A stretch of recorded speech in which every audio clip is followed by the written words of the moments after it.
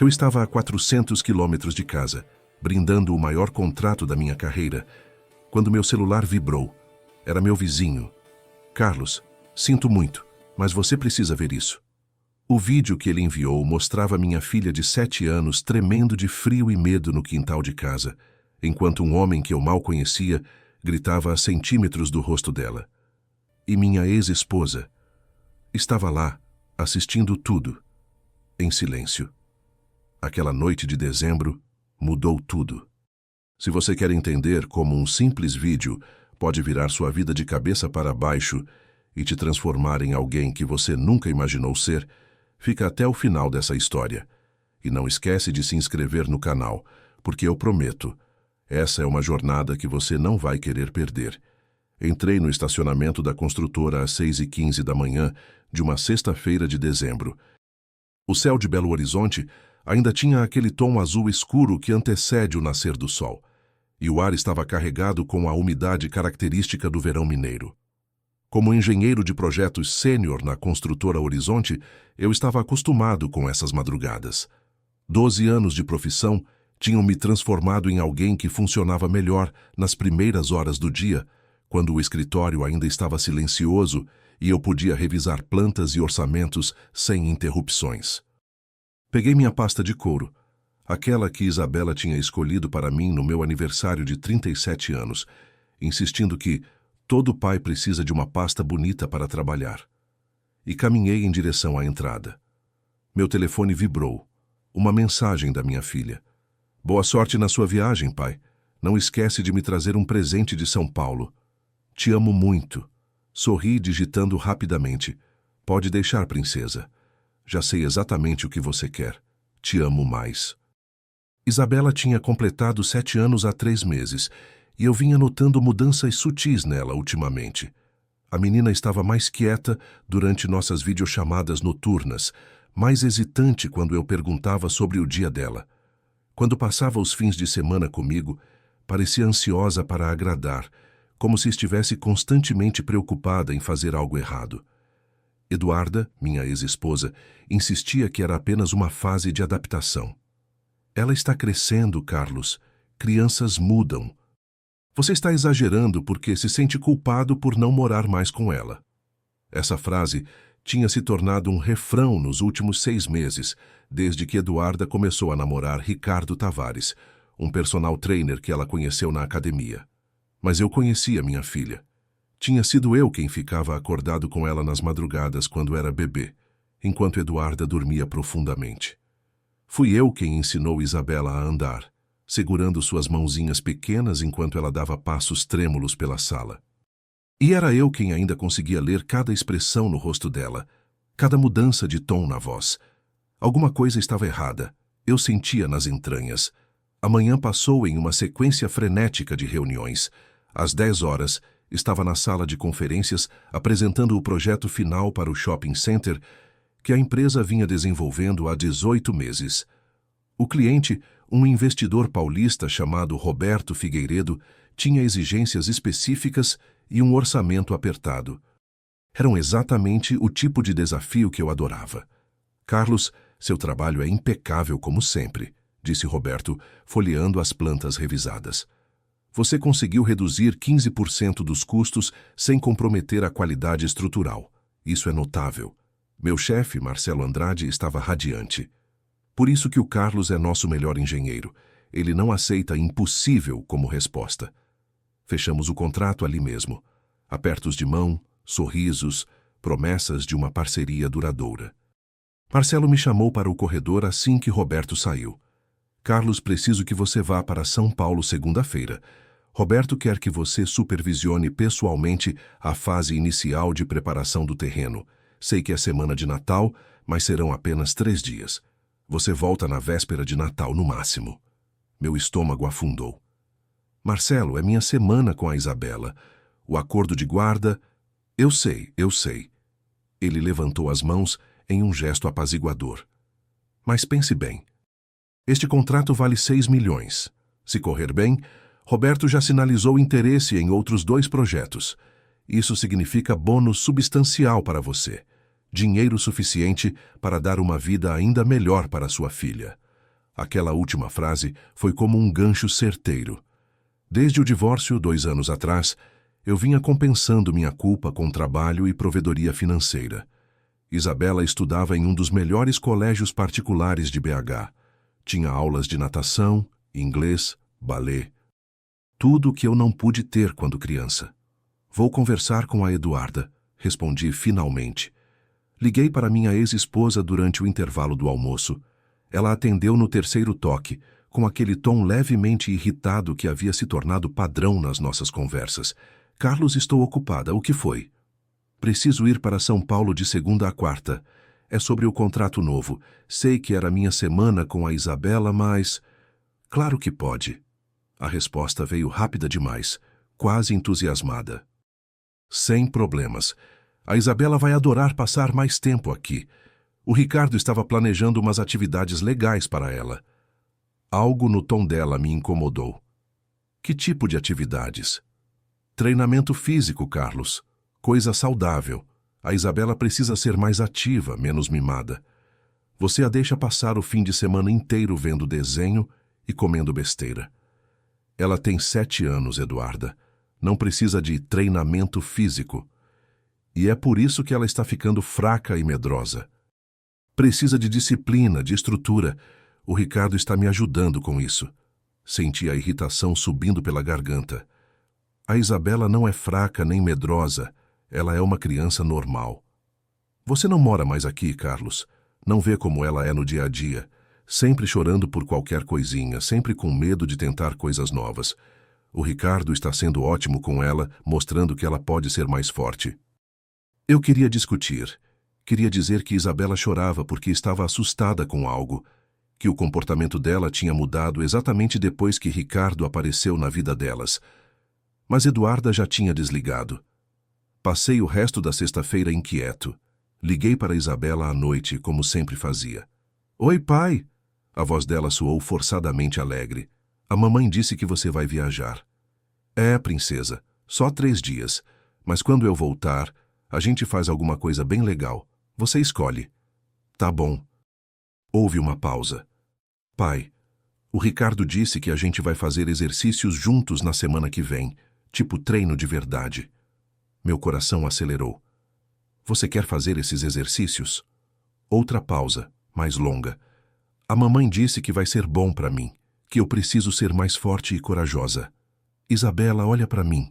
Esperei ela ativar a câmera da videochamada. Seus olhos castanhos pareciam maiores, mais assustados. Você já é forte e corajosa, do seu próprio jeito. Entendeu? Você não precisa mudar nada. Mas o Ricardo disse... Não importa o que ele disse. Você é perfeita do jeito que é. Vi lágrimas se formando nos olhos dela, antes que Eduarda aparecesse no fundo, fazendo gestos impacientes. Isabela, desligue isso. Está na hora do jantar. Tenho que ir, pai. Te amo. A chamada foi encerrada antes que eu pudesse responder. Naquela noite, não consegui dormir. Fiquei deitado no escuro do meu apartamento, olhando para o teto, com a voz assustada de Isabela ecoando na minha cabeça. Peguei o telefone e abri as fotos dela. Centenas de imagens. Isabela bebê. Isabela dando os primeiros passos. Isabela no primeiro dia de aula. Isabela soprando as velhinhas do último aniversário. Em cada foto tirada antes do divórcio, ela estava sorrindo. Um sorriso grande, genuíno, que iluminava o rosto inteiro. Nas fotos mais recentes, dos últimos 6 meses, o sorriso era menor, mais contido. Os olhos não brilhavam da mesma forma. Eu tinha atribuído isso ao trauma do divórcio, à adaptação à nova rotina. Mas e se fosse algo mais? E se Ricardo... Parei o pensamento ali. Não podia ficar paranoico. Eduarda poderia ser muitas coisas. Controladora, crítica, ressentida do nosso casamento desfeito. Mas ela amava Isabela. Nunca permitiria que nada de mal acontecesse com nossa filha. Ou permitiria? No sábado de manhã arrumei minha mala para a viagem. Separei ternos, camisas, o laptop, documentos do projeto. Estava terminando quando o interfone tocou. Era meu vizinho, Sr. Antônio. Carlos, você está em casa? Posso subir um minutinho? Sr. Antônio tinha 68 anos. Era aposentado dos Correios e morava na casa ao lado da minha desde que me mudei para o bairro há 5 anos. Ele era discreto, educado, do tipo de vizinho que você cumprimenta com um aceno, mas raramente conversa além de bom dia e comentários sobre o tempo. Abri a porta e ele entrou, parecendo desconfortável. Café, seu Antônio? Não, obrigado. Olha, Carlos, eu vim aqui porque estou preocupado. É sobre a Isabela. Meu corpo inteiro ficou tenso. O que tem a Isabela? Você sabe que minha casa fica de frente para a casa da Eduarda, né? Tenho visto algumas coisas nos últimos meses que me deixaram incomodado. Que tipo de coisas? Sr. Antônio respirou fundo. Esse homem que está morando com ela, o personal trainer. Eu o vejo fazendo a Isabela fazer exercícios no quintal, exercícios pesados demais para uma criança daquela idade. Flexões, corridas, agachamentos, e ele grita com ela, Carlos, alto. Eu consigo ouvir da minha sala. Senti o sangue gelar nas veias. Por quanto tempo isso está acontecendo? Umas 6 semanas, talvez 2 meses. No começo pensei que fosse só brincadeira, sabe? Tipo professor de educação física brincando com aluno. Mas foi ficando mais intenso. Na semana passada, eu ouvi fazer a Isabela ficar parada em posição de prancha por mais de 5 minutos. Ela estava chorando, pedindo para parar, e ele só gritava que ela era fraca. Minhas mãos fecharam em punhos. E a Eduarda? Onde ela estava? Dentro de casa. Às vezes ela sai, olha por alguns minutos e volta para dentro. Nunca intervém. Por que você não me contou antes? Minha voz saiu mais agressiva do que eu pretendia. Sr. Antônio recuou um passo. Desculpa, Carlos. Fiquei em dúvida se era meu lugar. Não queria causar problema entre você e sua ex, mas ontem à noite eu não consegui dormir pensando naquela menina e decidi que você precisava saber. Respirei fundo, forçando-me a me acalmar. Obrigado por me contar, seu Antônio. Sério. Eu vou resolver isso. Depois que ele saiu, peguei o telefone e quase liguei para Eduarda imediatamente. Mas parei. O que eu diria? Que o vizinho estava me espionando? Eduarda viraria a história contra mim.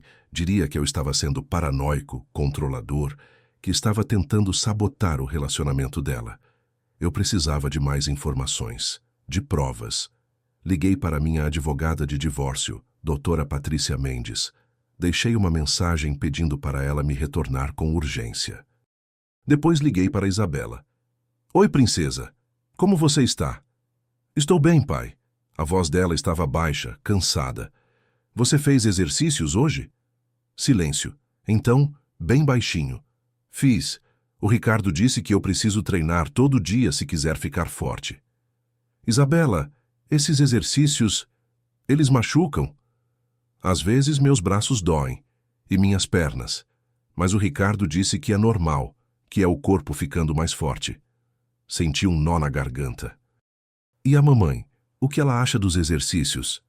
Ela disse que é bom para mim, que eu preciso aprender a não ser tão sensível.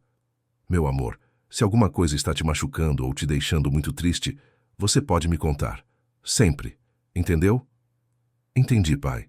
Mas está tudo bem, Eu queria que você estivesse aqui. Eu sei, princesa. Eu também queria. Depois que desliguei, fiquei sentado na beirada do sofá, com a cabeça entre as mãos. Cada instinto de pai estava gritando que havia algo muito errado, mas eu não tinha provas, só a palavra de um vizinho e o comportamento mudado de uma criança que podia estar simplesmente se adaptando a uma nova dinâmica familiar. Não, não era só isso. Eu conhecia minha filha, e ela estava com medo. Doutora Patrícia me retornou no domingo à tarde. Expliquei a situação toda. Carlos, olha, sem provas concretas de abuso, é difícil fazer qualquer coisa legalmente. Você tem guarda compartilhada, mas Eduarda tem a guarda primária. A menos que você possa demonstrar perigo real e iminente, nenhum juiz vai interferir nos métodos de disciplina dela. Então eu tenho que esperar até que ele machuque minha filha de verdade? Até que tenha um hematoma, uma fratura? Não é isso que estou dizendo. Estou dizendo que você precisa de documentação. Fotos, vídeos, testemunho de terceiros qualificados. O depoimento do seu vizinho ajuda, mas sozinho não é suficiente. Eduarda pode argumentar que são exercícios supervisionados, que fazem parte de um estilo de vida saudável. E se eu pedir reavaliação da guarda?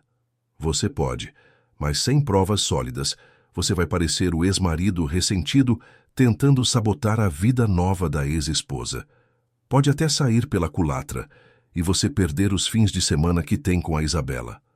Desliguei me sentindo impotente, preso entre a necessidade de proteger minha filha e um sistema legal que exigia provas que eu não tinha.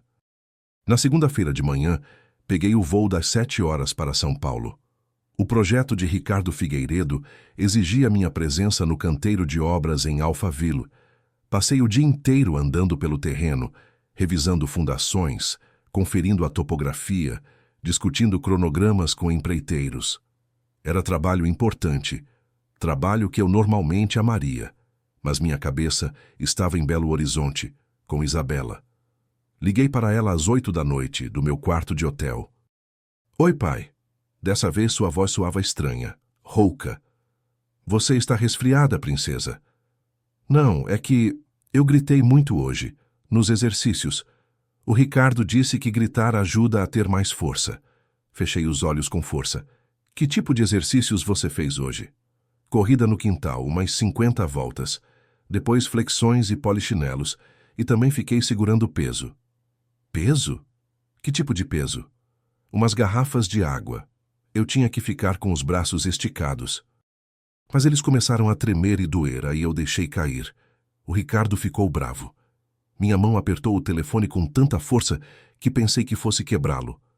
O que ele fez quando ficou bravo? Silêncio. Isabela? O que ele fez?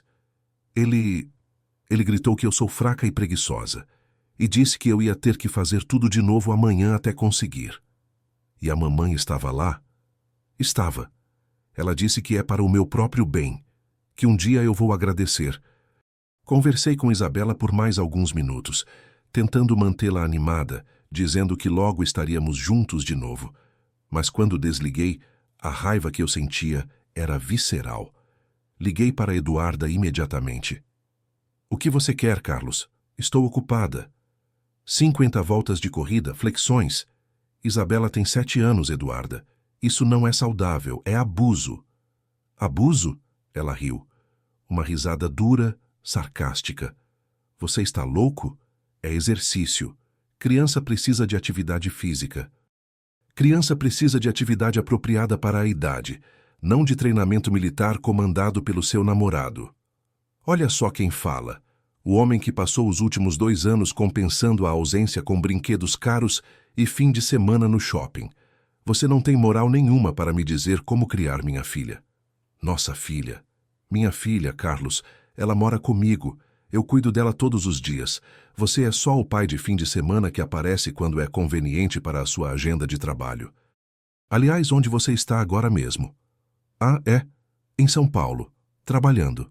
Como sempre. A ligação foi encerrada. Fiquei no quarto de hotel, olhando para as luzes de São Paulo através da janela, me sentindo completamente impotente. Eduarda tinha razão em um ponto. Eu tinha escolhido o trabalho em vez da minha semana com Isabela. Tinha racionalizado que seria melhor para o futuro dela, que o dinheiro do bônus significaria mais oportunidades. Mas Isabela não precisava de oportunidades futuras. Ela precisava de proteção agora. Na terça-feira, tentei me concentrar no trabalho. Havia reuniões com fornecedores, aprovação de orçamentos, inspeção de equipamentos. Roberto Figueiredo estava impressionado com minha atenção aos detalhes, com a forma como eu antecipava problemas antes que se tornassem crises. Se ele soubesse que metade da minha mente estava a 600 quilômetros de distância, obcecada com a segurança de uma menina de 7 anos. Liguei para Isabela à noite novamente. Ela parecia exausta. Fizemos exercícios de novo hoje, pai, mas eu consegui segurar os pesos por mais tempo. Você está se sentindo bem? Meus braços doem muito e minhas pernas estão com umas manchas roxas. O Ricardo disse que é normal, que é do esforço. Manchas roxas, hematomas. Isabela, essas manchas são grandes? Mais ou menos. Aqui no joelho e aqui na coxa. Ela baixou a voz. Acho que foi quando eu caí durante a corrida. Estava chovendo e eu escorreguei. Estava chovendo e ele te fez correr mesmo assim? Ele disse que soldado de verdade treina em qualquer clima. Algo dentro de mim se partiu naquele momento. Isabela, eu vou te buscar amanhã, tá bom? Papai vai voltar para casa amanhã cedo e a gente vai dar um jeito nisso. Tá, pai, eu te amo. Eu também te amo, princesa. Mais que tudo. Depois que desliguei, abri o laptop e comecei a pesquisar. Direitos de guarda em casos de abuso. Medidas protetivas de urgência. Advogados especializados em direito de família. Passei horas lendo, tomando notas, montando mentalmente uma estratégia. Era quarta-feira, 23 de dezembro, e eu estava no bar do hotel às 7 da noite. A reunião final com Roberto Figueiredo tinha sido um sucesso absoluto. Ele estava tão satisfeito que já falava em me contratar como consultor permanente para todos os projetos futuros da empresa dele. Marcelo, meu chefe, tinha ligado para me parabenizar efusivamente. Carlos, você é uma máquina. O Roberto está encantado. Estou vendo uma promoção a gerente de projetos especiais no seu futuro. Deveria estar celebrando. Deveria estar sentindo aquela satisfação profunda que vem quando você fecha um grande negócio, quando seu trabalho duro é reconhecido. Mas tudo que eu conseguia pensar era em Isabela, em sua voz cansada ao telefone, nas manchas roxas que ela mencionou casualmente, como se fossem normais. Eu tinha reservado o voo das 6 da manhã de quinta-feira. Chegaria em Belo Horizonte ao meio-dia, pegaria Isabela diretamente na casa de Eduarda e a levaria para uma consulta médica. Não me importava se Eduarda ficasse furiosa. Não me importava se isso violasse alguma cláusula do acordo de guarda. Minha filha precisava ser examinada por um médico e eu precisava de documentação profissional do que estava acontecendo com ela. Estava terminando meu segundo copo de água com gelo quando meu celular vibrou. Uma mensagem de Sr. Antônio. Carlos, você precisa me ligar. É urgente. Sobre a Isabela. Meu coração disparou. Saí do bar imediatamente, indo para a área externa do hotel, onde havia mais privacidade. Liguei para Sr. Antônio com as mãos tremendo. Ele atendeu no primeiro toque. Carlos. A voz dele estava tensa, carregada de uma emoção que eu não conseguia identificar. Eu gravei algo. Você precisa ver. Estou te mandando agora. Gravou o quê? O que está acontecendo? Eles estavam no quintal há 1 hora atrás. Aquele homem... O que ele fez com a Isabela? Sr. Antônio parou, sua voz falhando. Carlos, eu chamei a polícia, mas quando chegaram, ele já tinha levado ela para dentro. Eduarda disse aos policiais que estava tudo bem, que era só um mal-entendido. Eles foram embora. Me manda o vídeo, agora. Já estou mandando. Carlos, me desculpa por não ter agido antes. Eu deveria ter... Só me manda o vídeo. Desliguei e fiquei olhando para a tela do celular. A noite de São Paulo estava quente, úmida, mas eu sentia um frio penetrante nos ossos. O arquivo chegou. 47 megabytes. Vídeo de 3 minutos e 22 segundos. Respirei fundo e apertei play. As primeiras imagens mostravam o quintal da casa de Eduarda. Eu reconheci imediatamente. Era a vista da janela da sala de Sr. Antônio, que ficava em um ângulo elevado.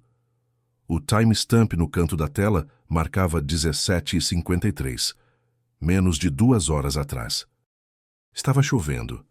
Não aquela garoa fina de verão, mas uma chuva pesada daquelas que transformam quintais em pequenos lagos em questão de minutos.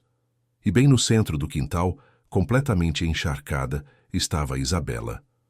Minha filha de 7 anos estava parada em posição de atenção militar, com os braços ao lado do corpo, tremendo visivelmente. Ela usava apenas uma camiseta fina e shorts.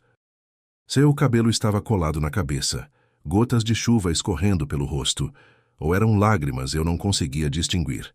Ao redor dela, seco sob a cobertura da varanda, estava Ricardo Tavares. Ele era um homem grande, 1,85 fácil, músculos definidos visíveis mesmo através da camiseta regata que usava. Tinha 32 anos, eu sabia, 5 anos mais novo que Eduarda. Naquele momento ele estava a poucos centímetros do rosto de Isabela, se curvando para ficar na altura dela, gritando. Aumentei o volume. Conseguia ouvir cada palavra através da chuva. Você é patética, olha para você tremendo como uma menininha fraca. Isabela não respondeu. Apenas ficou ali, parada, com o corpo sacudindo de frio. Eu mandei você dar 50 voltas no quintal. Você deu quantas? A voz de Isabela era quase inaudível. 30, 32, 32. E por que você parou? Eu caí e machuquei o joelho. Machucou o joelho. Ricardo riu. Um som cruel. Você acha que atleta para quando machuca? Você acha que soldado para porque tá chovendo? Sua mãe tem razão. Você é mimada. Seu pai te mimou demais. Cada palavra era uma facada, mas o pior ainda estava por vir. Ricardo se afastou dela, indo até a varanda. Pegou 2 garrafas PET de 2 litros cheias de água. Voltou para perto de Isabela e enfiou uma garrafa em cada mão dela. Braços esticados, laterais, agora! Isabela obedeceu, estendendo os braços para os lados com as garrafas. Seus braços magros de criança de 7 anos já tremiam com o peso. Você vai ficar assim até eu mandar abaixar. E se você deixar cair, a gente recomeça tudo do zero, entendeu? Sim, senhor. A voz de Isabela mal saía. E então, Ricardo simplesmente voltou para a varanda, pegou uma cadeira e sentou de braços cruzados observando. Tirou o celular e começou a mexer nele, indiferente à criança sob a chuva. Eu assisti, paralisado, enquanto minha filha ficava ali. 10 segundos. 20. Seus braços 30. Começaram a ceder. As garrafas desceram alguns centímetros. Braços esticados, eu falei, braços esticados. Isabela forçou os braços para cima novamente, soluçando agora. Lágrimas misturadas com chuva escorrendo pelo rosto, seu corpo inteiro tremendo, de frio, de esforço, de medo. 1 minuto, 2 minutos. Ela estava chorando abertamente agora, fazendo sons pequenos e sufocados de dor. Por favor. A voz dela era um sussurro desesperado. Por favor, tá doendo muito. Tá doendo! Ótimo! É pra doer! É assim que você fica forte! Seu pai nunca te ensinou isso porque ele é fraco também. Foi nesse momento que Eduarda apareceu. Minha ex-esposa saiu pela porta dos fundos, parou sob a cobertura da varanda ao lado de Ricardo. Ela estava seca, confortável, com uma xícara de café na mão. Olhou para Isabela, olhou para a filha dela, nossa filha, tremendo de frio e dor sob a chuva, segurando pesos que eram cruéis demais para uma criança daquela idade, e não fez nada. Eduarda! Ricardo nem olhou para ela, mantendo os olhos fixos em Isabela. Ela foi desrespeitosa hoje de manhã, respondeu quando você pediu para ela arrumar o quarto. Eu sei. A voz de Eduarda era fria. Estou cansada da falta de disciplina. O Carlos a mimou demais. Ela precisa aprender. Mamãe... Isabela tentou se virar para olhar para a mãe. Mamãe, por favor, meus braços. Olha para frente, Ricardo berrou. Isabela obedeceu instantaneamente, virando a cabeça para a frente. Uma das garrafas caiu. Bateu no chão com um baque surdo. Ricardo se levantou lentamente da cadeira, caminhou até Isabela com passos deliberados, ameaçadores. Quando chegou perto dela, abaixou-se até ficar com o rosto a centímetros do dela. Eu mandei segurar. E então ele fez algo que fez meu sangue gelar. Ele não bateu nela. Não precisou. Pegou a garrafa do chão, colocou de volta na mão de Isabela e então, com força brutal, empurrou ambos os braços dela para cima, esticando-os completamente, fazendo ela gritar de dor. Assim! É assim que tem que ficar. E agora você vai ficar mais 5 minutos por ter deixado cair. Ele voltou para a varanda. Eduarda tomou um gole do café, completamente impassível. Assisti mais 1 minuto. Um minuto eterno onde minha filha de 7 anos ficou sob a chuva fria de dezembro, segurando pesos, chorando, implorando, enquanto a mãe dela observava sem fazer nada, e o namorado da mãe dela cronometrava o tempo no celular com um sorriso satisfeito. Então, finalmente o vídeo mostrou o Sr. Antônio descendo de sua casa, abrindo o portão e gritando: "Ei, o que vocês estão fazendo com essa criança? Eu liguei para a polícia." Ricardo imediatamente mudou de postura. Correu até Isabela, pegou as garrafas das mãos dela com delicadeza teatral. "Pronto, pequena, chega de treino por hoje. Você foi muito bem." Eduarda também mudou completamente, indo até Isabela e passando a mão no cabelo molhado dela. "Vem, amor, vamos te secar e te dar chocolate quente." A transformação foi assustadora. Em segundos, eles passaram de abusadores cruéis para cuidadores preocupados. Tudo performance. Tudo mentira. O vídeo terminou com eles levando Isabela para dentro da casa, segundos antes de uma viatura aparecer na rua. Fiquei ali parado na área externa do hotel, com o celular na mão, incapaz de me mover. Assisti ao vídeo novamente. E mais uma vez. Na terceira vez, tive que parar porque minhas mãos estavam tremendo tanto que não conseguia segurar o telefone direito. Minha filha, minha Isabela. Minha menininha que ainda dormia com um ursinho de pelúcia, que tinha medo de trovão, que adorava desenhar princesas e flores. Estava sendo torturada, sistematicamente, metodicamente, e a própria mãe dela era cúmplice. A raiva que tomou conta de mim naquele momento não era emocional, era fria, calculada, cirúrgica. Voltei para o meu quarto, deitei na cama e assisti ao vídeo mais 15 vezes, analisando cada segundo com precisão clínica. Observei a linguagem corporal de Ricardo. Ele sabia exatamente o que estava fazendo. Aquilo não era perda de controle. Era crueldade deliberada, sádica.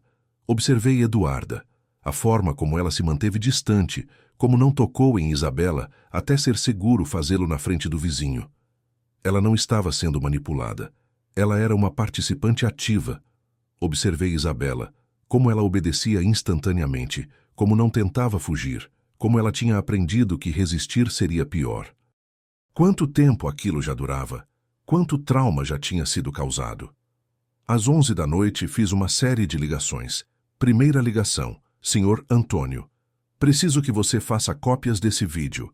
3 pendrives diferentes. Um você guarda com você.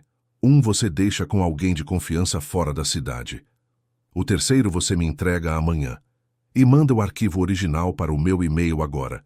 Depois sobe para a nuvem em uma conta que só você tem acesso. Já fiz tudo isso, Carlos, assim que terminei de gravar.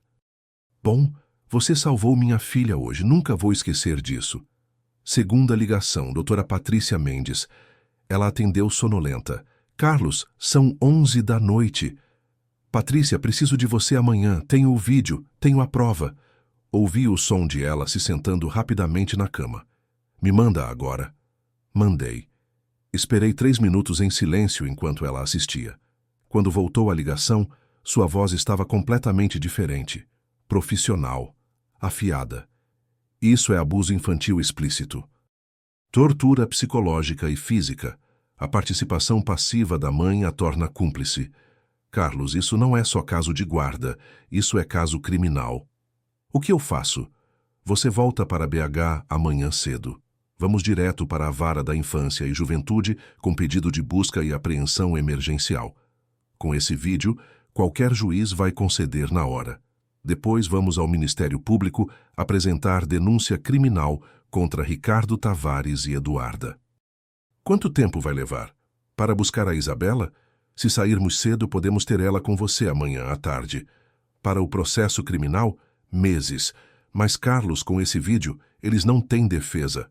E se Eduarda tentar esconder a Isabela, se fugir? Por isso vamos fazer tudo amanhã, antes dela saber que você tem o vídeo. Elemento surpresa. Patrícia, minha voz falhou. Ele a fez ficar sob a chuva, segurando peso. Por mais de 5 minutos. Ela tem 7 anos. Eu sei, eu vi. E amanhã a gente garante que ele nunca mais chegue perto dela. Te mando a lista de documentos que preciso que você separe. Tenta dormir. Amanhã vai ser um dia longo. Não consegui dormir. Fiquei deitado no escuro, alternando entre assistir ao vídeo e pesquisar tudo o que conseguia encontrar sobre Ricardo Tavares. Ele tinha perfil público no Instagram, 47 mil seguidores, posts sobre fitness, motivação, mentalidade vencedora, vídeos dele treinando clientes, todos adultos. Comentários elogiando sua disciplina rígida e resultados comprovados. Fui mais fundo. Pesquisei o nome dele em fóruns de personal trainers, em sites de reclamação. Encontrei 3 ex-clientes reclamando de métodos agressivos demais. Uma mulher dizendo que ele a fez treinar mesmo com uma torção no tornozelo, dizendo que dor é fraqueza saindo do corpo. Procurei antecedentes criminais. Nada. Ele era limpo legalmente.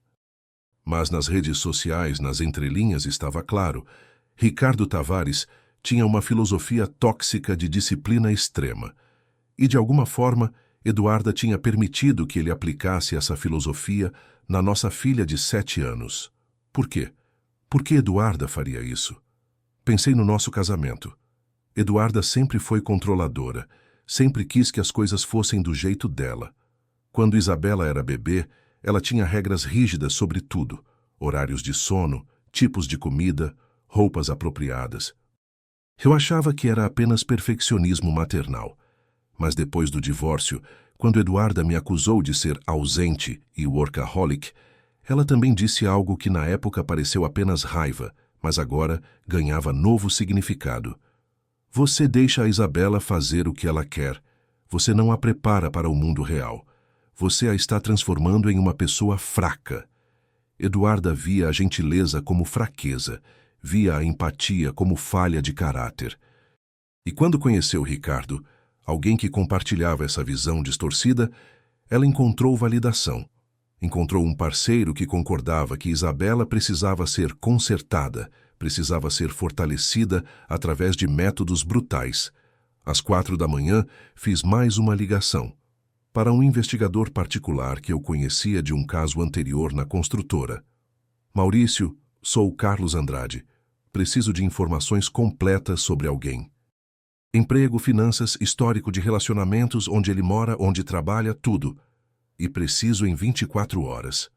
Dia de Natal, Carlos. Vai custar o triplo. Pago o quíntuplo. Mas preciso de tudo. Absolutamente tudo sobre Ricardo Tavares. Mandei o CPF e todos os dados que tinha. Maurício garantiu que teria um relatório preliminar até o meio-dia. Às 5 da manhã, arrumei minha mala. Deixei o hotel às 5h30. Peguei um táxi para o aeroporto. Meu voo estava marcado para as 6, mas consegui entrar em um voo das 5h40 que tinha lugares vazios. Durante o voo, preparei mentalmente cada passo. Patrícia encontraria comigo no aeroporto. Iríamos direto para o fórum. Com o vídeo, conseguiríamos o mandado. Depois buscaríamos Isabela. E então eu garantiria que Ricardo Tavares e Eduarda pagassem por cada segundo de sofrimento que causaram à minha filha. Aterrissamos em Confins às 7h15. Patrícia estava me esperando no desembarque. Trouxe tudo o que você pediu, disse me entregando uma pasta. Já redigi o pedido de busca e apreensão. Também tomei a liberdade de pedir medida protetiva de urgência contra Ricardo Tavares. Se o juiz conceder, ele não poderá chegar a menos de 500 metros da Isabela. E a denúncia criminal? Vou protocolar hoje mesmo no Ministério Público. Mas, Carlos, tem algo que você precisa saber. Pesquisei a ficha de Eduarda. Ela é assistente social. Trabalha na Secretaria de Desenvolvimento Social. Senti o estômago revirar. Uma assistente social, que trabalha protegendo crianças vulneráveis, está abusando da própria filha. A ironia não passou despercebida, e vai pesar muito contra ela no processo. O Conselho Regional de Serviço Social vai abrir processo ético também quando souber disso. Chegamos ao Fórum da Infância e Juventude às 8h30. Patrícia tinha marcado uma audiência de urgência com a juíza Fernanda Carvalho. Esperamos apenas 20 minutos. A juíza era uma mulher de uns 50 anos, cabelos grisalhos presos em um coque, expressão séria.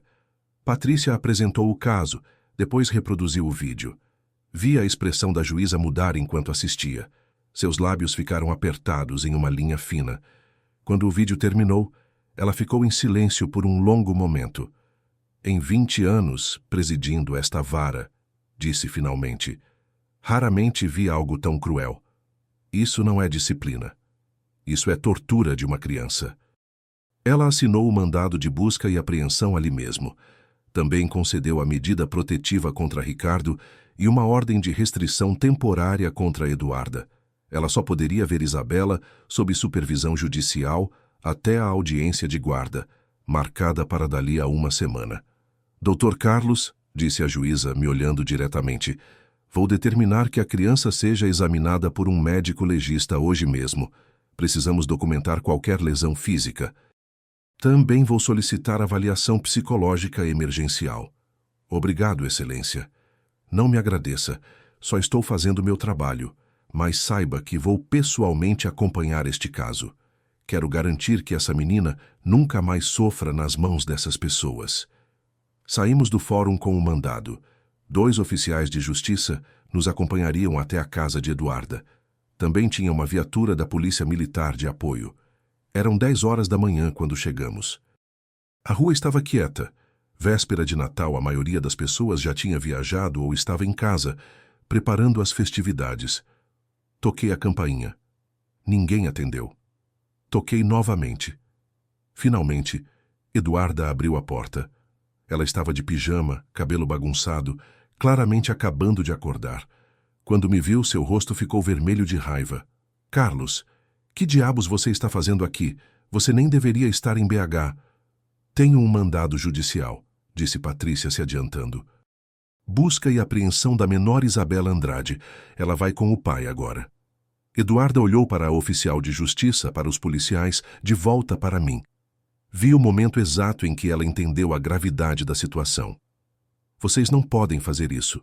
Ela é minha filha. Na verdade, podemos, respondeu a oficial mostrando o documento.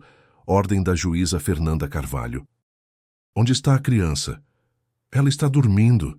Vocês vão traumatizar ela aparecendo assim. Mais traumatizar do que deixar ela sob a chuva segurando pesos? Minha voz saiu baixa, controlada, mas carregada de raiva contida.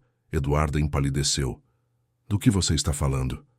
Do vídeo, Eduarda. Eu vi tudo. Naquele momento, Ricardo apareceu atrás dela. Quando me viu, seus olhos se estreitaram. Quem é você? Sou o pai da criança que você torturou ontem. Ele deu um passo à frente, agressivo. Torturou? Eu estava treinando ela, aplicando disciplina que o pai frouxo dela nunca... Senhor Tavares, interrompeu a oficial, existe uma medida protetiva contra o senhor. Não pode chegar a menos de 500 metros da menor Isabela Andrade. Sugiro que saia desta residência agora, ou será preso por descumprimento de ordem judicial. Ricardo olhou para Eduarda confuso. Que medida protetiva? Isabela! Gritei, passando por Eduarda e entrando na casa. Isabela, é o papai! Ouvi passinhos descendo a escada, e então lá estava ela, minha filha, cabelo bagunçado de sono, usando um pijama de unicórnio. Quando me viu, seu rosto inteiro se iluminou. Papai! Ela correu para mim e eu a peguei no colo, apertando-a contra meu peito. Ela estava tremendo. Papai veio me buscar? Eu não quero ficar aqui. Por favor, me leva embora. Já estamos indo, princesa. Você vai ficar comigo agora. Não! Eduarda tentou me puxar. Você não pode levar minha filha. Um dos policiais assegurou suavemente, mas firmemente. Senhora, a senhora está interferindo com uma ordem judicial. Por favor, se acalme. Olhei para Isabela nos meus braços. Ela tinha hematomas nos braços, roxos escuros em formato de dedos, onde Ricardo tinha apertado quando forçou os braços dela para cima. Tinha um arranhão no joelho, olheiras profundas sob os olhos. Vamos pegar suas coisas, amor. O que você quer levar? Meu ursinho e meus livros. Subimos juntos para o quarto dela. Enquanto ela pegava o ursinho e alguns livros favoritos, vi o quarto todo. Fotos suas na parede, mas todas recentes, nenhuma de quando ela era menor. Um calendário com rotina de treino escrito em letras grandes. Uma lista de regras da casa que incluía não chorar, não reclamar e obedecer sempre. Meu estômago embrulhou. Descemos com uma mochila pequena. Eduarda estava chorando agora, gritando que eu estava destruindo a família, que estava virando Isabela contra ela. Você fez isso sozinha, disse friamente, quando escolheu deixar aquele homem torturar nossa filha. Saímos da casa. Isabela não olhou para trás nenhuma vez. No carro ela ficou quieta por alguns minutos. Depois sussurrou: Pai, eu não vou ter que voltar, vou? Não, princesa. Nunca mais. E o Ricardo, ele não vai poder me encontrar? Não. Existe uma ordem dizendo que ele não pode chegar perto de você. Ela começou a chorar então. Não um choro histérico, mas um choro de alívio, de libertação. Eu estava com tanto medo, pai. Todo dia eu acordava com medo do que ele ia me fazer. E a mamãe dizia que era porque ela me amava, que era para eu ficar forte. Tive que parar o carro. Não conseguia dirigir com as lágrimas embaçando minha visão. Segurei minha filha e deixei ela chorar. Deixei ela soltar todo o medo, toda a dor, todo o trauma. E enquanto segurava ela, jurei silenciosamente que Ricardo Tavares e Eduarda pagariam por cada lágrima, por cada pesadelo, por cada momento de medo. Eles não sabiam ainda, mas tinham declarado guerra contra a pessoa errada.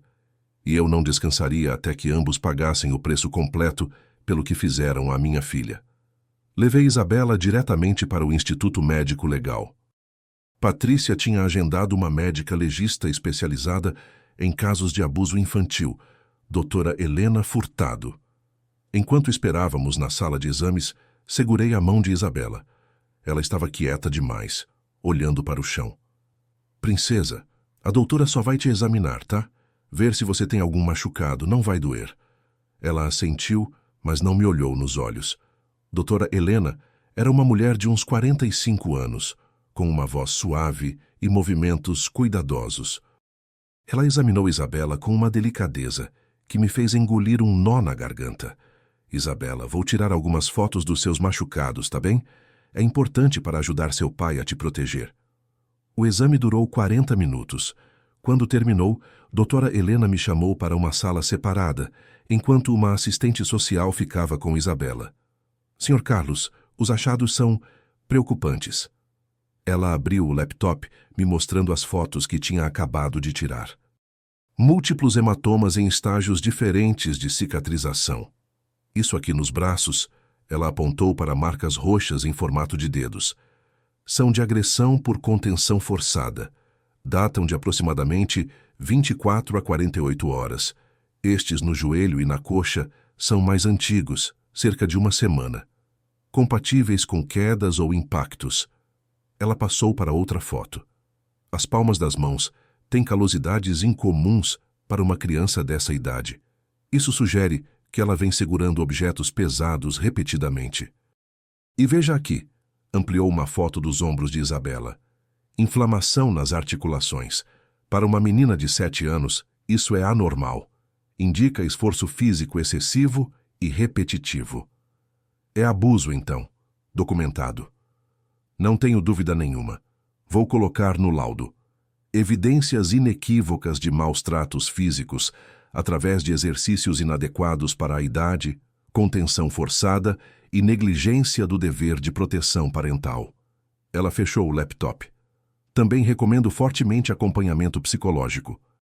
Isabela está apresentando sinais de trauma, mutismo seletivo, hipervigilância, respostas de submissão automática. Isso não desaparece sozinho. Quando saímos do IML, eram quase 2 da tarde. Levei Isabela para casa, meu apartamento, que agora seria o lar permanente dela.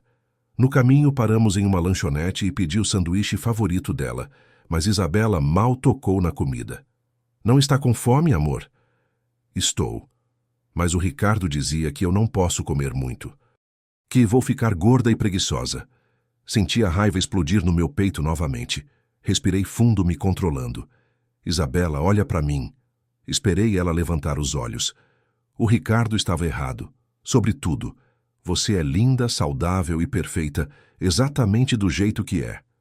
Pode comer o que quiser, quando quiser, entendeu? Ela pegou o sanduíche com mãos trêmulas e deu uma mordida pequena. Depois outra. E então começou a chorar enquanto comia. Em casa, instalei Isabela no quarto de hóspedes que eu já vinha arrumando para as visitas dela. Tinha uma cama com lençóis de princesa, uma estante cheia de livros, brinquedos organizados em caixas coloridas. Ela olhou em volta como se estivesse vendo pela primeira vez. É tudo meu, pai. Tudo seu, princesa. Ela pegou o ursinho de pelúcia e se encolheu na cama. Posso dormir um pouco? Claro. Vou estar aqui do lado, no escritório. Qualquer coisa é só me chamar. Enquanto Isabela dormia, fui para o escritório e abri meu laptop. Tinha 3 e-mails esperando. O primeiro era de Maurício, o investigador particular. O assunto dizia: Relatório preliminar, Ricardo Tavares, urgente. Abri o arquivo anexo. Eram 15 páginas de informações detalhadas. Ricardo Tavares Mendonça, 32 anos.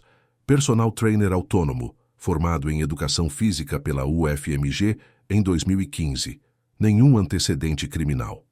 Mas a parte interessante começava na página 3. Histórico de relacionamentos. 3 ex-namoradas identificadas.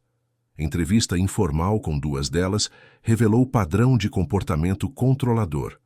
Ex-namorada, Juliana Costa, relacionamento 2019-2020, relatou que RT era obcecado com a aparência física dela, controlava dieta rigorosamente, forçava rotinas de exercício extenuantes.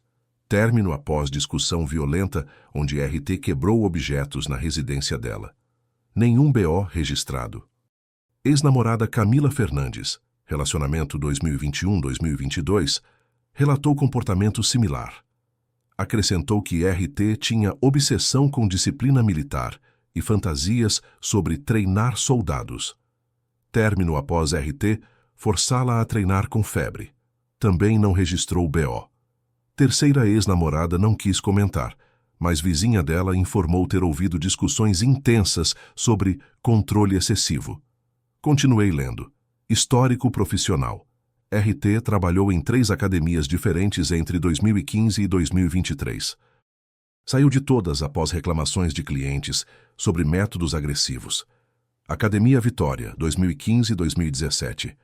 Desligado após cliente sofrer lesão grave durante treino, que RT insistiu em continuar, apesar de reclamações de dor. Academia Forma Total, 2017-2020. Saiu após múltiplas reclamações sobre linguagem abusiva e humilhação pública de clientes com sobrepeso. Academia Power Gym, 2020-2023. Desligamento por justa causa após empurrar um cliente durante discussão. Desde 2023, trabalha apenas como personal trainer autônomo, sem vínculo com academias. Havia mais. Maurício tinha conseguido prints de conversas em grupos de personal trainers, onde Ricardo defendia métodos old school de treinamento, incluindo treinamento militar adaptado, e quebra de resistência psicológica, para construir mental forte. Em um dos prints, de apenas 2 meses atrás, Ricardo tinha escrito: Criança de hoje em dia é tudo fraco. Pais modernos mimam demais. No meu tempo, disciplina era diferente. A gente apanhava e virava homem. Estou começando um projeto com a filha da minha namorada para provar que funciona. Li aquela linha 3 vezes. Um projeto. Ele via minha filha como um projeto. Como um experimento para provar sua filosofia doentia. O segundo e-mail era de Patrícia. Ela tinha protocolado a denúncia no Ministério Público. O promotor designado para o caso, Dr. Henrique Matos, já tinha solicitado inquérito policial completo. Ricardo seria chamado para depor na semana seguinte. Mas havia mais. Patrícia tinha feito algo que eu não esperava. Carlos, tomei a liberdade de entrar em contato com o Conselho Regional de Educação Física, CRF. Apresentei o vídeo e o laudo médico. Eles abriram processo ético contra Ricardo imediatamente. Se confirmado, ele perderá o registro profissional permanentemente. Também contatei o Conselho Regional de Serviço Social sobre Eduarda. Processo ético dela também está em andamento. Sorri. Patrícia estava fazendo exatamente o que eu esperava, atacando em múltiplas frentes. O terceiro e-mail era inesperado. Era de Juliana Costa, uma das ex-namoradas de Ricardo que Maurício tinha mencionado. Sr. Carlos, o investigador que o senhor contratou me passou seu contato. Quando ele me disse para que era a investigação, eu pensei muito se deveria me envolver. Mas aí, ele me mostrou o vídeo daquele monstro fazendo aquilo com uma criança pequena, e eu não consegui ficar quieta. Eu tenho provas do que Ricardo fez comigo. Prints de conversas onde ele me xingava quando eu não seguia a dieta que ele determinava. Áudios dele gritando comigo no meio da academia. Um vídeo de um treino onde ele me forçou a continuar mesmo com tendinite diagnosticada, dizendo que eu estava inventando desculpas. Se isso puder ajudar a tirar o registro desse homem e mantê-lo longe de crianças, eu quero ajudar. Estou disposta a testemunhar. Respondi imediatamente, agradecendo e passando o contato dela para Patrícia. Enquanto digitava, meu telefone tocou. Era Sr. Antônio. Carlos, tem algo acontecendo aqui. A Eduarda acabou de sair de casa chorando, entrou no carro e saiu em alta velocidade. E tem um homem, acho que é o Ricardo, gritando na rua, chutando coisas. Ele ainda está lá? Está. Parece bem fora de controle. Ligue para a polícia. Ele está descumprindo a medida protetiva ao estar na casa. Quanto mais ele se enterrar, melhor. 15 minutos depois, Sr. Antônio me ligou de novo. A polícia chegou. Levaram ele. Ele estava gritando que ia processar todo mundo, que era perseguição. Excelente. Desacato à autoridade para adicionar à lista de problemas dele. Naquela noite, depois que Isabela dormiu, não sem antes me fazer prometer 3 vezes que não a deixaria voltar, sentei com Patrícia em uma videochamada para planejar a estratégia completa.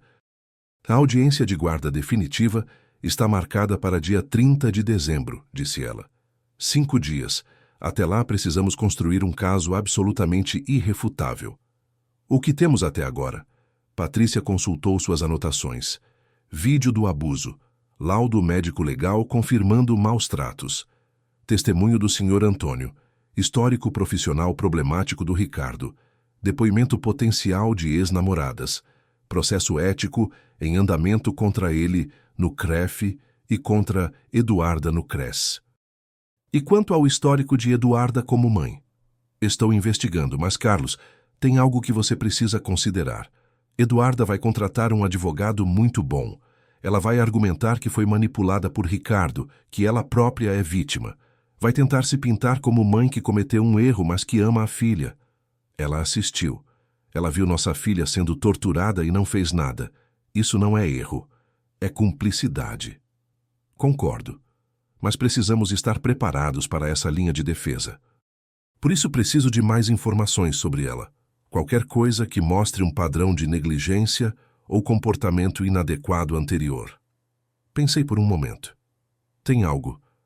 Nos últimos 6 meses do nosso casamento, antes do divórcio, Eduarda estava diferente. Mais agressiva com Isabela, mais impaciente. Uma vez, eu cheguei em casa e encontrei Isabela trancada no quarto, chorando. Eduarda disse que era castigo, porque ela não obedeceu. Isabela tinha 4 anos. Você documentou isso? Não. Na época, achei que era estresse. Estávamos tendo problemas no casamento. Não pensei que... Não se culpe. Mas isso estabelece um padrão. Vou solicitar a avaliação psicológica de Eduarda também. E, Carlos, tem mais uma coisa. Fiz uma investigação financeira preliminar. Você sabia que Eduarda abriu uma conta conjunta com Ricardo? O quê? Há 3 meses. Ela transferiu 35 mil reais da conta poupança que você ainda alimenta para a pensão alimentícia. Senti o sangue ferver. Ela pegou o dinheiro que eu mando para cuidar da Isabela e deu para aquele filho da... Respira. Isso é ótimo para o nosso caso. Mostra desvio de finalidade. Uso inadequado de recursos destinados ao bem-estar da menor. Vou incluir isso na petição. Depois que desliguei com Patrícia, fiquei acordado até tarde pensando. Eduarda e Ricardo não tinham ideia do que estava vindo. Eles achavam que era apenas uma disputa de guarda. Não entendiam que eu estava sistematicamente desmontando cada aspecto das vidas deles. No dia seguinte, 24 de dezembro, véspera de Natal, Isabela acordou gritando. Corri para o quarto dela e a encontrei encolhida na cama, suando, chorando. O Ricardo, ele estava aqui, ele ia me fazer treinar. Foi só um pesadelo, amor. Ele não está aqui. Ele não pode chegar perto de você. mas ela continuou tremendo. Então a peguei no colo e levei para a sala. Coloquei um desenho que ela gostava na TV e fiquei sentado com ela no sofá até ela se acalmar. Pai, eu tenho que contar uma coisa. Pode falar, princesa. Não foi só ontem. O Ricardo, ele fazia eu treinar todo dia. Há muito tempo, desde que foi morar com a mamãe. Quanto tempo? Acho que uns 4 meses. No começo era só corrida, depois foi ficando pior. Ele dizia que eu era fraca, que você tinha me deixado fraca, que ele ia me consertar. 4 meses. 16 semanas de abuso sistemático. E Eduarda tinha permitido. Isabela, você contou para a mamãe que não queria fazer os exercícios? Ela balançou a cabeça. Contei. No começo. Ela disse que era importante, que ia me fazer bem, que o Ricardo sabia o que estava fazendo. E depois, quando ficou pior, eu tinha medo de contar. O Ricardo dizia que se eu contasse para você, você ia ficar bravo com a mamãe, que ia tirar a mamãe de mim. Ele disse que a culpa era minha porque eu era desobediente. Manipulação clássica. Fazer a vítima se sentir culpada, fazê-la achar que denunciar seria pior. Nada disso é culpa sua, Isabela. Nada. O que ele fez foi errado. O que a mamãe permitiu foi errado. Você não fez nada de errado, entendeu? Ela assentiu, mas via dúvida nos olhos dela. Ia levar tempo, muito tempo, para ela acreditar nisso. Passamos o Natal juntos, apenas nós dois. Encomendei comida, demos risadas assistindo filmes, abrimos presentes simples. Eu tinha comprado alguns brinquedos antes de viajar para São Paulo. Isabela ficou encantada com cada um, mas o que ela mais gostou foi quando eu disse: Princesa, você não vai mais fazer exercícios que te machucam. Nunca mais. Se você quiser fazer natação, balé, futebol, qualquer coisa, vai ser porque você quer, porque é divertido, não porque alguém está te obrigando. Combinado? Ela me abraçou tão forte que mal conseguia respirar. Obrigada, papai. No dia 26, Maurício me mandou o relatório completo. Eram 47 páginas. Ele tinha conseguido muito mais do que eu esperava. Ricardo tinha dívidas. Muitas dívidas. Devia 68 mil em cartão de crédito, 15 mil de aluguel atrasado de um apartamento anterior, tinha 2 ações de cobrança correndo. Ele estava financeiramente quebrado. E então eu entendi. Ricardo não estava com Eduarda por amor. Ele estava com ela porque ela tinha dinheiro, porque ela era assistente social concursada, com salário estável, porque ela tinha um apartamento próprio, onde ele podia morar sem pagar aluguel. Maurício também tinha encontrado postagens antigas de Ricardo em fóruns de musculação de 5 anos atrás, onde ele falava abertamente sobre achar uma mulher bem-sucedida para bancar estilo de vida. Um verdadeiro parasita. Mas a descoberta mais perturbadora estava nas páginas finais. Maurício tinha conseguido acesso ao histórico de busca do computador de Ricardo. De forma legal, ele garantiu, através de um técnico que tinha acesso à rede Wi-Fi da casa. Ricardo tinha pesquisado sobre treinamento militar infantil, como disciplinar criança desobediente, métodos de punição efetivos para crianças. Tinha visitado fóruns onde pais discutiam métodos de disciplina extrema. Tinha baixado PDFs de manuais militares de treinamento básico. Aquilo não era impulso. Não era perda de controle. Era planejado, estudado, intencional. Mandei tudo para Patrícia imediatamente. Ela me ligou 10 minutos depois.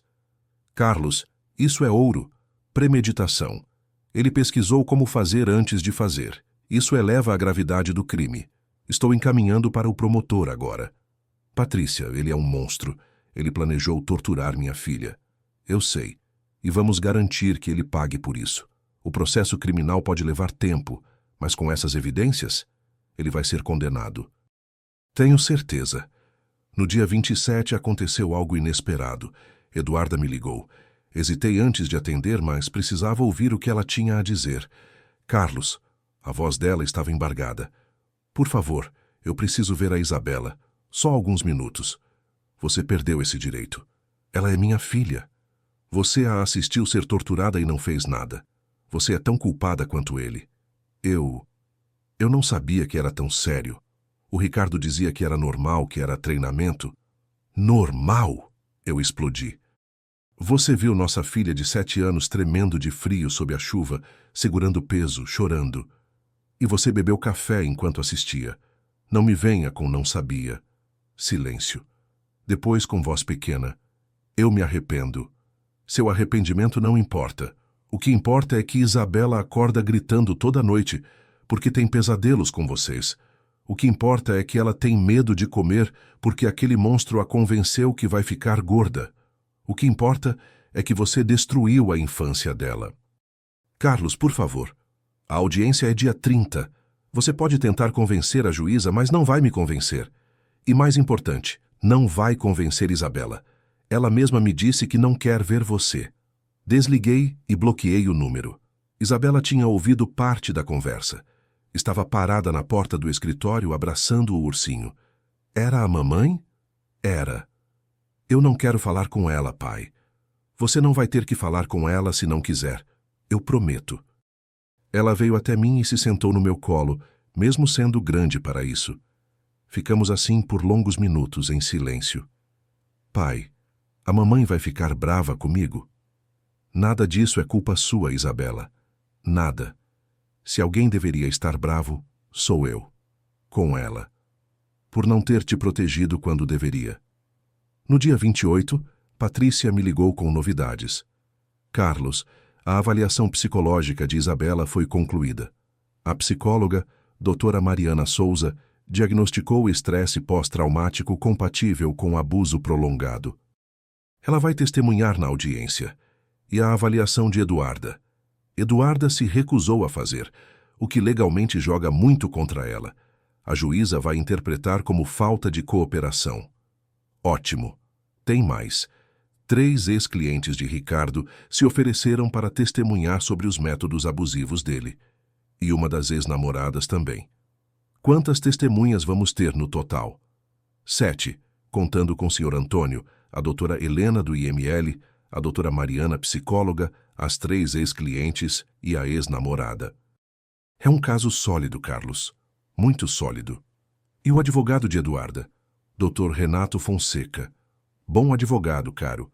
Ele já peticionou dizendo que Eduarda é vítima de manipulação psicológica de Ricardo, que ela própria precisa de ajuda, não de punição. Também argumentou que separar mãe e filha causaria trauma adicional a Isabela. Ri. Um som amargo. Causar trauma. Depois do que ela permitiu. Eu sei. Mas é a estratégia dele. Vamos ter que refutar isso ponto por ponto na audiência. No dia 29, véspera da audiência, sentei com Isabela para uma conversa séria. Princesa, amanhã tem uma reunião importante com uma juíza. Ela vai decidir se você fica morando comigo ou se volta para a casa da mamãe. Os olhos de Isabela se arregalaram de medo. Eu vou ter que voltar? Não se eu puder evitar. Mas a juíza pode querer conversar com você, perguntar como você se sente, e você precisa ser honesta, tá? Contar a verdade sobre tudo. Mesmo que seja sobre a mamãe, especialmente sobre a mamãe e sobre o Ricardo. Ela ficou quieta por um tempo. Depois, eu tenho medo, pai, medo de falar e eles ficarem bravos comigo. Eles não vão poder chegar perto de você. Eu vou estar lá. A juíza vai te proteger. Você só precisa contar a verdade. Naquela noite, preparei tudo para a audiência. Organizei os documentos em pastas. Revisei meu depoimento com Patrícia. Já reli o laudo médico, o relatório psicológico, o dossiê sobre Ricardo. Estava pronto. Eduarda e Ricardo tinham machucado minha filha. Tinham destruído sua inocência, sua segurança, sua confiança. Tinham transformado sua própria casa em um campo de tortura. E amanhã, na frente de uma juíza com 7 testemunhas e provas irrefutáveis, eu ia garantir que eles nunca mais pudessem fazer isso novamente. Não com Isabela. Não com nenhuma criança. A guerra estava apenas começando. E eu tinha todas as armas que precisava para vencer. Amanhã do dia 30 de dezembro, Amanheceu cinzenta e nublada. Acordei às 5 da manhã, incapaz de dormir.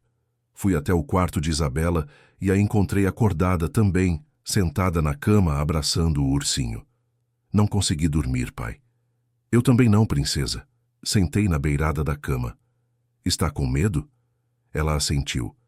E se a juíza não acreditar em mim? E se eu tiver que voltar?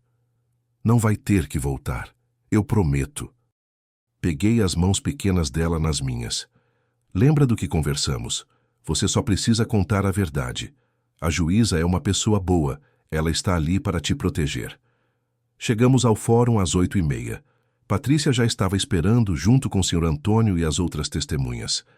Quando entramos na sala de espera, vi Eduarda do outro lado do corredor com o advogado dela, Dr. Renato Fonseca. Eduarda tentou fazer contato visual comigo, depois com Isabela. Minha filha se escondeu atrás de mim imediatamente, agarrando minha camisa com força. Não olha para ela, sussurrei. Você está segura aqui comigo. Ricardo não estava presente. Patrícia me explicou que ele tinha sido proibido de comparecer ao fórum devido à medida protetiva. Estava sendo representado apenas pelo advogado de Eduarda, já que os interesses legais deles estavam por enquanto alinhados. Às 9h, fomos chamados para a sala de audiência. A juíza Fernanda Carvalho estava sentada em sua mesa, com expressão séria, mas não severa. Havia uma assistente social do tribunal presente, junto com a doutora Mariana Souza, a psicóloga que tinha avaliado Isabela. Bom dia a todos, começou a juíza. Esta é uma audiência de guarda definitiva com pedido de destituição temporária do poder familiar. Antes de começarmos, quero deixar claro que minha única preocupação aqui é o bem-estar da menor Isabela. Argumentos pessoais entre os adultos não me interessam, fatos e evidências, sim. Ela olhou para Isabela com gentileza. Isabela, você não precisa ficar assustada. Ninguém aqui vai te machucar, tudo bem? Isabela acenou com a cabeça, ainda agarrada à minha mão. A audiência começou com Patrícia apresentando as evidências. Ela projetou o vídeo na tela da sala. Assisti novamente, pela 20ª vez talvez, mas dessa vez prestando atenção nas reações dos outros. A juíza fechou os olhos brevemente quando Ricardo empurrou os braços de Isabela para cima com força. A assistente social cobriu a boca com a mão. Eduarda olhou para baixo, incapaz de assistir. Quando o vídeo terminou, o silêncio na sala era pesado. Doutora Eduarda Mendes, disse a juíza, sua voz cortante como lâmina. A senhora assistiu isso acontecer? Eduarda se levantou, tremendo. Sim, excelência, mas eu... Responda apenas sim ou não. A senhora estava presente quando isso aconteceu? Sim. A senhora interveio para proteger sua filha? Pausa longa. Não. A senhora, uma assistente social cuja profissão é proteger crianças vulneráveis, permitiu que um homem torturasse sua filha de 7 anos? Excelência, se me permite... Dr. Renato tentou intervir. Silêncio. A juíza não tirou os olhos de Eduarda. Quero ouvir dela. Por que não protegeu sua filha? Eduarda começou a chorar. Eu pensei que ele soubesse o que estava fazendo. Ele dizia que era treinamento normal, que ia fortalecer ela. A senhora viu sua filha chorando, implorando, tremendo de frio e dor, e acreditou que isso era normal. Eu estava confusa. Ele me convenceu que... Suficiente. A juíza fez uma anotação. Pode sentar. Patrícia chamou a primeira testemunha. Doutora Helena Furtado, a médica legista.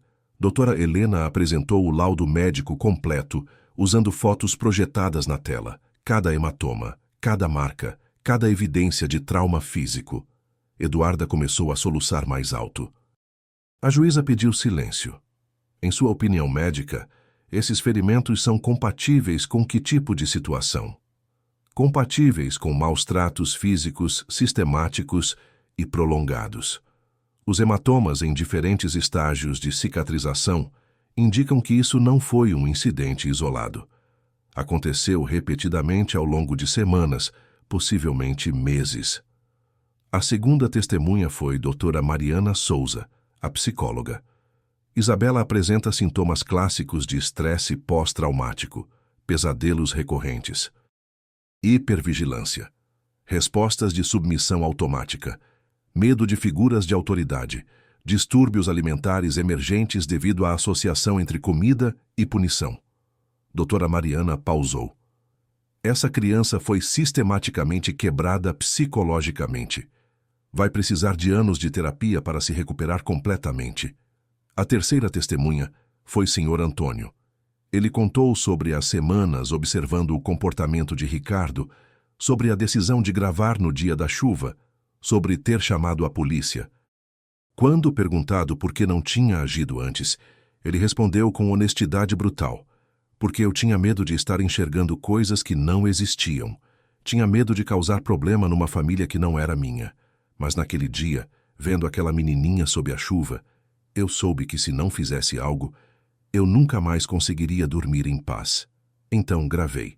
E agradeço a Deus todos os dias por ter feito isso. As próximas 3 testemunhas foram ex-clientes de Ricardo. Todas mulheres.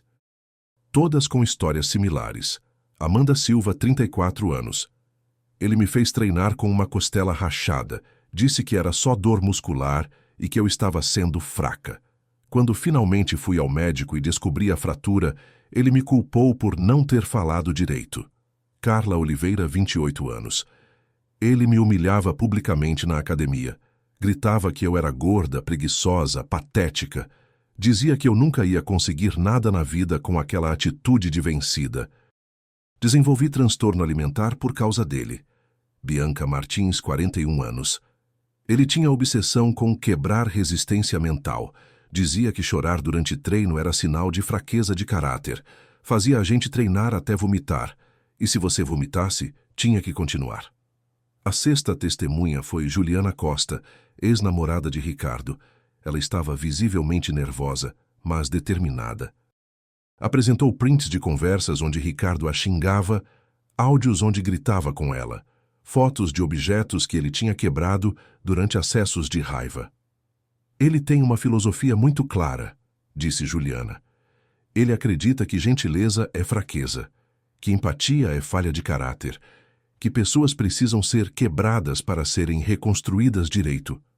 E quando conheceu a Eduarda, uma mulher que tinha uma filha, eu soube que seria perigoso, mas não sabia como avisar sem parecer a ex-ressentida. Quando Juliana terminou, a juíza olhou para Dr. Renato. A defesa quer fazer alguma pergunta para refutar essas testemunhas? Dr. Renato estava visivelmente desconfortável. Excelência, gostaria de chamar minha cliente para depor. Eduarda foi ao banco das testemunhas. Dr. Renato tentou construir uma narrativa de manipulação. Senhora Eduarda, a senhora pode descrever o relacionamento com o Sr. Ricardo? Ele era carismático, confiante, me fazia sentir especial. Depois que meu casamento acabou, eu estava vulnerável. E quanto aos métodos dele com Isabela, quando começou? Aos poucos. Primeiro era só brincadeira, corrida no jardim, coisas assim. Depois foi ficando mais intenso. Mas ele sempre dizia que sabia o que estava fazendo. Que era personal trainer, que entendia de condicionamento físico. A senhora tinha conhecimento de que estava machucando Isabela? Eu não queria acreditar. Ele dizia que ela estava exagerando. Que a criança reclama de tudo. Eu confiei nele. Patrícia se levantou para o contra-interrogatório e foi implacável. Senhora Eduarda, a senhora é assistente social há quantos anos? 11 anos. E em sua formação, a senhora aprendeu a identificar sinais de abuso infantil? Sim. Hematomas, mudanças de comportamento, medo de figuras de autoridade, correto? Sim. Isabela apresentava esses sinais? Eduarda hesitou. Apresentava algumas mudanças? Sim ou não? Sim. E mesmo assim a senhora não agiu? Silêncio. Senhora Eduarda, a senhora transferiu R$ 35 mil de uma conta destinada ao sustento de Isabela para uma conta conjunta com Ricardo, correto? Eduarda empalideceu. Como você? Sim ou não? Sim, mas foi para ajudar com despesas. Despesas dele, não de Isabela. Ele morava com a gente, então. Senhora Eduarda, No vídeo, vemos a senhora bebendo café confortavelmente, enquanto sua filha, tremendo sob a chuva, implora por ajuda. A senhora pode explicar por que não deixou a xícara, foi até sua filha e a levou para dentro? Eduarda começou a chorar novamente. Eu não sei. Eu não estava pensando direito. Ou a senhora estava pensando muito bem, pensando em manter Ricardo feliz, pensando em não causar conflito, colocando seu relacionamento amoroso acima da segurança de sua filha? Não, não foi assim. Então, como foi, senhora? Eduarda, como uma assistente social treinada para proteger crianças, assiste sua própria filha ser torturada e não faz nada. Eduarda não tinha resposta. Apenas chorava, o rosto nas mãos. A juíza interveio. Pode sentar, senhora Eduarda. Houve uma pausa. Então a juíza olhou para Isabela. Isabela, você gostaria de conversar comigo?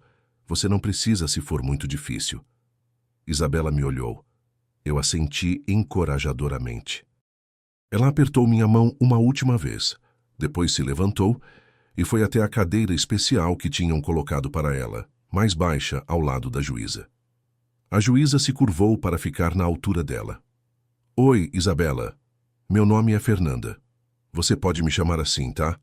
Não precisa me chamar de juíza. Tá. Isabela, eu vi o vídeo. E eu sei que foi muito difícil para você. Você pode me contar como se sentia quando o Ricardo te fazia fazer os exercícios? Isabela olhou para o chão. Sua voz saiu num sussurro. Com medo. Medo de quê? Medo de que ele ficasse bravo. Medo de que ele gritasse. Medo de não ser forte o suficiente. E sua mãe? Você contava para ela quando tinha medo? No começo eu contava, mas ela dizia que era bom para mim, que eu precisava aprender a ser forte. E o que você sentia quando ela dizia isso? Isabela começou a chorar. Que ninguém ia me ajudar, que se nem minha mãe me ajudava, então a culpa era minha mesmo, que eu era fraca de verdade. A juíza pegou um lenço e entregou para Isabela com gentileza. Você não é fraca, Isabela. Você é muito corajosa, mais corajosa do que muitos adultos que eu conheço. Eu não quero voltar, Isabela disse de repente, olhando para a juíza com olhos cheios de lágrimas. Por favor, não me manda voltar. Eu prometo que vou ser boa. Eu vou obedecer tudo. Só não me manda voltar. Foi como se alguém tivesse enfiado uma faca no meu peito. Minha filha estava implorando, prometendo ser boa. Como se o problema fosse ela. A juíza segurou as mãos de Isabela. Você não precisa prometer ser boa, querida. Você já é. Nada disso é culpa sua. Nada. E você não vai voltar. Eu prometo. Isabela soluçou de alívio e foi correndo para mim. Peguei ela no colo e ela escondeu o rosto no meu pescoço, chorando. A juíza bateu o martelo. Vamos fazer um intervalo de 15 minutos. Quando voltarmos, darei minha decisão. Nesses 15 minutos, fiquei com Isabela na sala de espera. Ela não parava de tremer. Patrícia veio falar comigo. Carlos está praticamente garantido. Nunca vi uma audiência com tantas provas. A juíza vai te dar a guarda. E Eduarda? No mínimo vai perder o contato sem supervisão. Provavelmente vai ter que fazer terapia obrigatória. E vai enfrentar o processo ético no trabalho. E Ricardo? O processo criminal dele está correndo separadamente. Mas, com o que veio à tona aqui hoje, somado às denúncias das outras mulheres, ele vai ser condenado. E vai perder o registro no CREF permanentemente. Quando voltamos para a sala, a juíza já tinha a sentença preparada.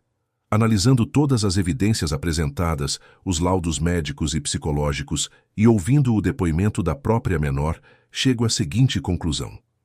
Ela olhou diretamente para Eduarda. Senhora Eduarda Mendes, a senhora falhou no dever mais básico de uma mãe, proteger sua filha. A senhora, com sua formação profissional, tinha todas as ferramentas para identificar e interromper o abuso. Não apenas não interrompeu, como foi cúmplice. Como assistente social, a senhora deveria ser a primeira linha de defesa de crianças vulneráveis. Em vez disso, tornou sua própria filha vulnerável.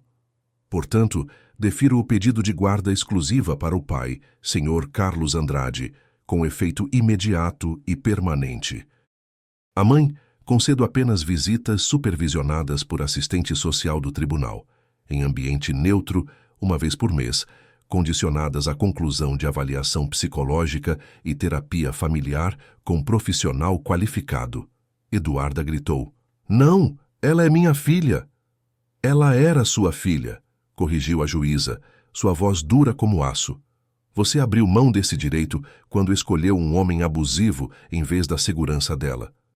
Adicionalmente, determino que seja aberto processo de investigação junto ao Conselho Regional de Serviço Social.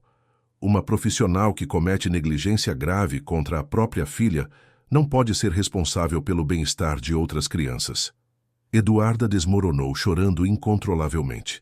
Dr. Renato tentou consolá-la, mas ela estava além de consolo. A juíza continuou: "Quanto ao Sr. Ricardo Tavares, determino a manutenção indefinida da medida protetiva. Ele não poderá, sob nenhuma circunstância, aproximar-se ou fazer qualquer tipo de contato com a menor Isabela. Além disso, os autos serão encaminhados ao Ministério Público para processamento criminal por tortura, maus-tratos e lesão corporal contra a criança." Ela bateu o martelo. Audiência encerrada. Saímos do fórum sob um céu que tinha finalmente se aberto. O sol de verão brilhava forte, quente, vivo. Isabela segurava minha mão, em silêncio, mas seu aperto era diferente agora. Não era medo. Era confiança. No carro, ela finalmente falou: "Pai, acabou? De verdade?" "Acabou, princesa. Você não vai ter que ver o Ricardo nunca mais, e só vai ver a mamãe se você quiser, e sempre com alguém para te proteger." "Eu não sei se quero. Ainda não." "Tudo bem, não precisa decidir agora. Quando e se você quiser vai ser no seu tempo." Nas semanas seguintes, as consequências foram se desenrolando como peças de dominó caindo. O Conselho Regional de Educação Física cassou o registro de Ricardo permanentemente. A manchete no jornal local dizia: "Personal trainer condenado por tortura infantil perde licença profissional." Ele não poderia mais trabalhar legalmente em qualquer atividade relacionada à educação física. O processo criminal dele foi aceito pelo Ministério Público. Com 7 testemunhas, laudos médicos, vídeo e o depoimento de Isabela, o promotor pediu pena máxima. O advogado de Ricardo tentou alegar que eram apenas métodos não convencionais de treinamento, mas o juiz rejeitou completamente. "Método não convencional", disse o juiz durante a sentença, 3 meses depois, seria uma abordagem diferente, mais segura. O que o réu fez foi tortura deliberada e sistemática de uma criança de 7 anos. Não há defesa possível para isso. Ricardo foi condenado a 4 anos de prisão por maus-tratos, tortura psicológica e lesão corporal contra vulnerável. Também foi obrigado a pagar indenização por danos morais e psicológicos, valor que ele nunca conseguiria pagar, mas que ficaria registrado. O Conselho Regional de Serviço Social de Minas Gerais abriu processo ético contra Eduarda. A investigação durou 2 meses. A conclusão foi devastadora. Grave violação dos princípios éticos da profissão, negligência caracterizada, incompatibilidade com o exercício da assistência social. Eduarda foi suspensa por 3 anos. Depois desse período, teria que passar por reavaliação completa, incluindo acompanhamento psicológico e supervisão constante. Praticamente, sua carreira estava acabada. Ela perdeu o emprego na Secretaria de Desenvolvimento Social. A notícia se espalhou rapidamente. Ninguém contrataria uma assistente social que tinha negligenciado a própria filha. Tentou me ligar várias vezes, mandou e-mails, cartas, todas com o mesmo conteúdo: arrependimento, pedidos de perdão, súplicas para ver Isabela. Mantive todas arquivadas, mas não respondi nenhuma. Isabela, quando perguntei se queria ler as cartas da mãe, balançou a cabeça. "Ainda não, pai. Talvez um dia, mas agora não." Respeitei a decisão dela. A terapia com doutora Mariana se tornou parte da rotina semanal. No começo, Isabela mal falava nas sessões. Depois, aos poucos, começou a se abrir. a falar sobre os medos, sobre os pesadelos, sobre a culpa que ainda sentia. É normal ela se sentir culpada, explicou doutora Mariana. Vítimas de abuso, especialmente crianças, frequentemente internalizam a responsabilidade. Vai levar tempo para ela entender que nada foi culpa dela. 6 meses depois da audiência, Isabela ainda tinha pesadelos ocasionalmente, mas já não eram toda noite. Ela estava comendo melhor, sorrindo mais, fazendo amigos na escola nova onde a matriculei. Perguntei se ela queria fazer alguma atividade física, natação, dança, qualquer coisa. Ela pensou por muito tempo antes de responder. Eu gostaria de aprender karatê. Karatê? A professora de educação física na escola disse que karatê ensina autodefesa. E também ensina disciplina, mas disciplina de verdade. Não aquela que o Ricardo fazia. Encontrei um dojo perto de casa com uma sensei incrível, especializada em trabalhar com crianças.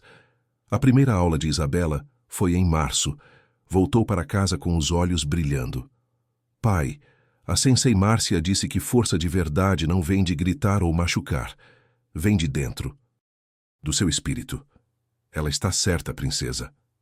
Em junho, Isabela recebeu a primeira faixa colorida. Quando a amarraram na cintura dela, vi orgulho genuíno em seus olhos, não o medo de desapontar que costumava ver.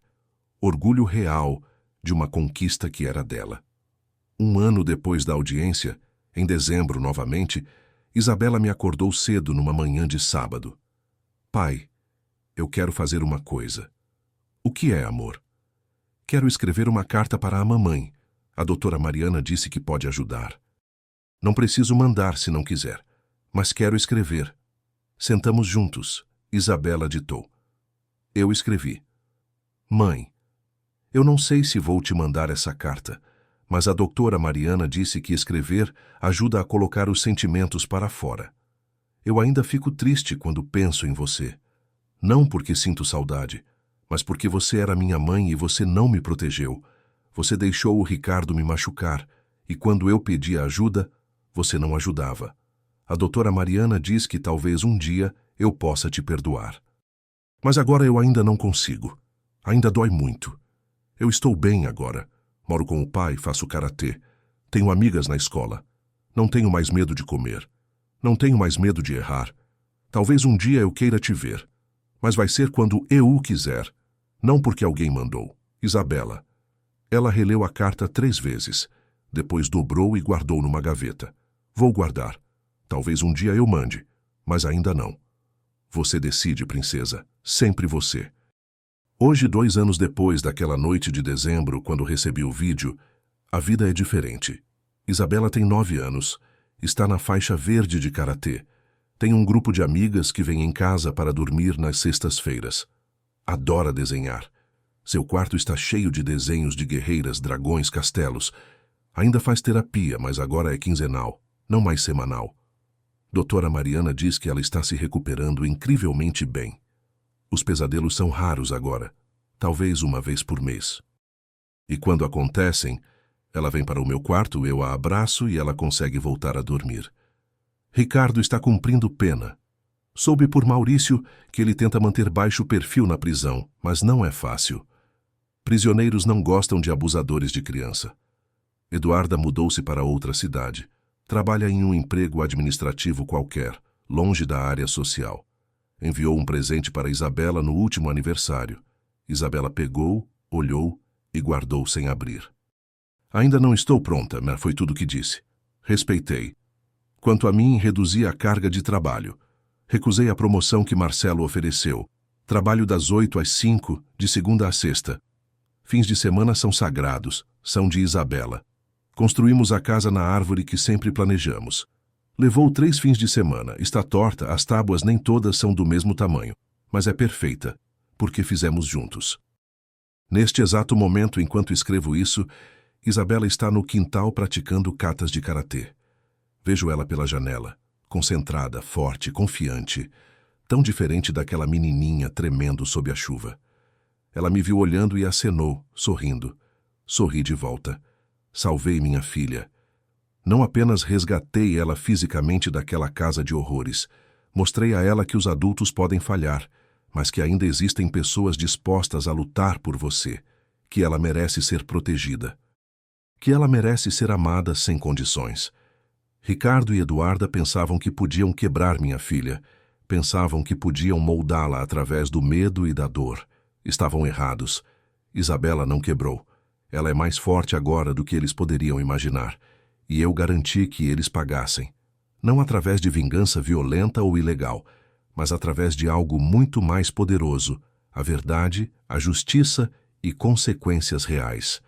Ricardo perdeu sua liberdade e sua profissão. Eduarda perdeu a filha, a carreira e a reputação. Ambos perderam tudo porque fizeram uma única escolha errada: machucar uma criança indefesa. E agora enfrentam as consequências dessa escolha todos os dias, enquanto eu e Isabela construímos nossa nova vida, uma vida baseada em amor, segurança e confiança. Uma vida que ela sempre mereceu. A história que você acabou de ouvir mudou minha vida para sempre. Aquela noite de dezembro, quando recebi um vídeo do meu vizinho, foi o momento mais aterrorizante da minha vida, mas também foi o momento que me transformou no pai que eu precisava ser. Se essa história tocou você de alguma forma, se te fez pensar sobre a importância de proteger as crianças que amamos, deixa seu like aqui embaixo. Escreve nos comentários de onde você está assistindo e me diz: você teria agido diferente? Você teria tido coragem de fazer o que foi necessário? E se você conhece alguém que está passando por uma situação parecida, compartilha essa história. Às vezes, tudo o que precisamos é saber que não estamos sozinhos, que existe justiça, que existe esperança. Se inscreve no canal, porque tem muito mais histórias reais chegando por aí. Histórias de pessoas comuns que enfrentaram situações extraordinárias e saíram do outro lado mais fortes. Obrigado por ter ficado até o final. E lembra, proteger quem você ama não é opcional, é essencial. Até a próxima.